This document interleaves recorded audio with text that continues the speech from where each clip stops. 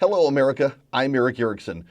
This is 4 things you need to know this afternoon, and the 4 stories that matter most this afternoon, June 6, 2025, stories shaping our nation's future, economy, and conservative values. Be sure to subscribe on YouTube, and also now we've got the podcast available on Apple and Spotify and your favorite podcast app. Up today, D-Day at 81 years. It's the anniversary of D-Day, the Allied invasion of Normandy that began the end of Nazi tyranny in Europe.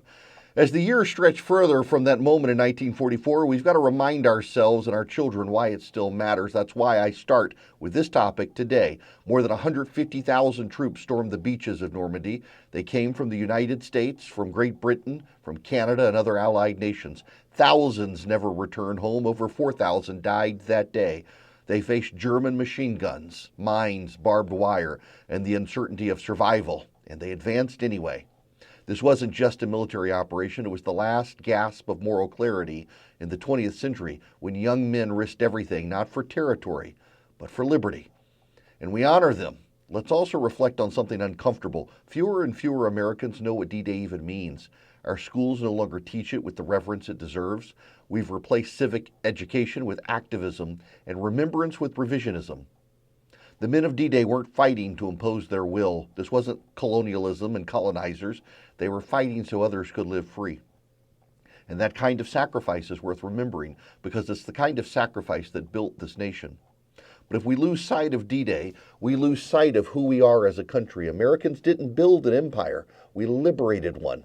And a grateful world entrusted the care of freedom to us. We lose sight of that, and that the post-war world order isn't a pejorative. It's an implicit acknowledgement of the moral clarity and goodness of the United States. We will lose what we gained through the sacrifices of the brave men and boys who stormed the beaches 81 years ago today if we forget that. Up next, the jobs report, and it's a mixed message. Today's May jobs numbers came in stronger than expected. The U.S. economy added 139,000 jobs, beating forecasts and suggesting some resilience despite high interest rates. Unemployment held at 4.2%, wages grew. All this complicates things for the Federal Reserve. Here's what this means for you. The Biden inflationary surge may be easing, but it hasn't disappeared. And while job growth is good on the surface, the type of jobs matter. Are they full-time? Do they support families? Or are they part-time service jobs that mask underlying weakness? It's a little bit of all the above. Companies are still hiring, but they're also trimming margins.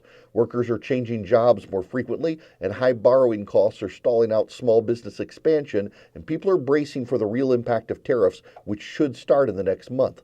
Likewise, jobs numbers of the last 2 months were revised downward.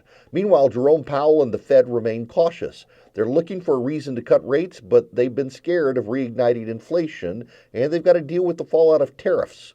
The danger is stagflation, slow growth with sticky inflation. It's a policy trap, and the only way out is to get Washington out of our way. We need fewer handouts and more productivity, fewer taxes, more enterprise. Let the free markets work and stop treating the economy like a science experiment or like a Politburo that can control it and us. The third story today, Donald Trump and Elon Musk reportedly spoke by phone about the GOP tax bill, and what follows has turned into the feud of the month. Musk has criticized the bill, calling it a handout to old economy industries.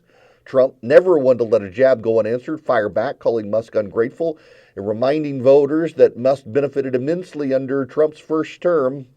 Donald Trump called Dana Bash on CNN this morning and said he's just not going to talk about Musk anymore. He's a troubled man. This isn't about a billionaire drama, though. It's about the future of the Republican coalition.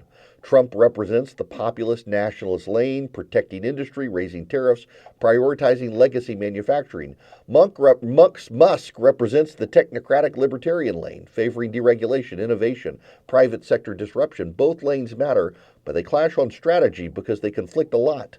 What we're witnessing is the growing pain of a conservative movement figuring out how to balance its working class base with its pro-business roots. For now, the bill in question still has support. It's going to get through. The cracks are forming, and Musk is flexing his influence, not just in tech, but politics. We'll see more of these clashes. The takeaway: this isn't a civil war, it's a realignment. It is necessary.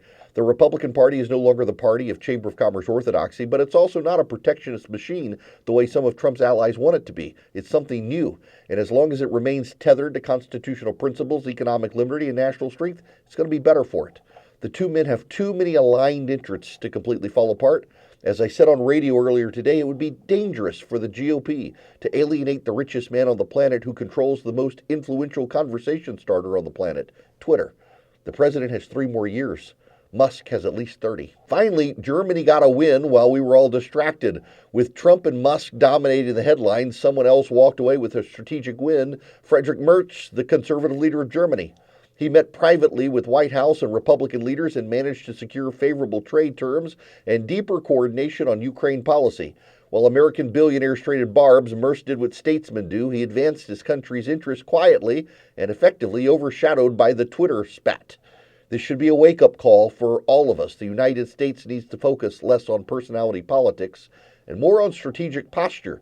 We're in a global competition with China, with Russia, and yes, with allies trying to get the best deal from us.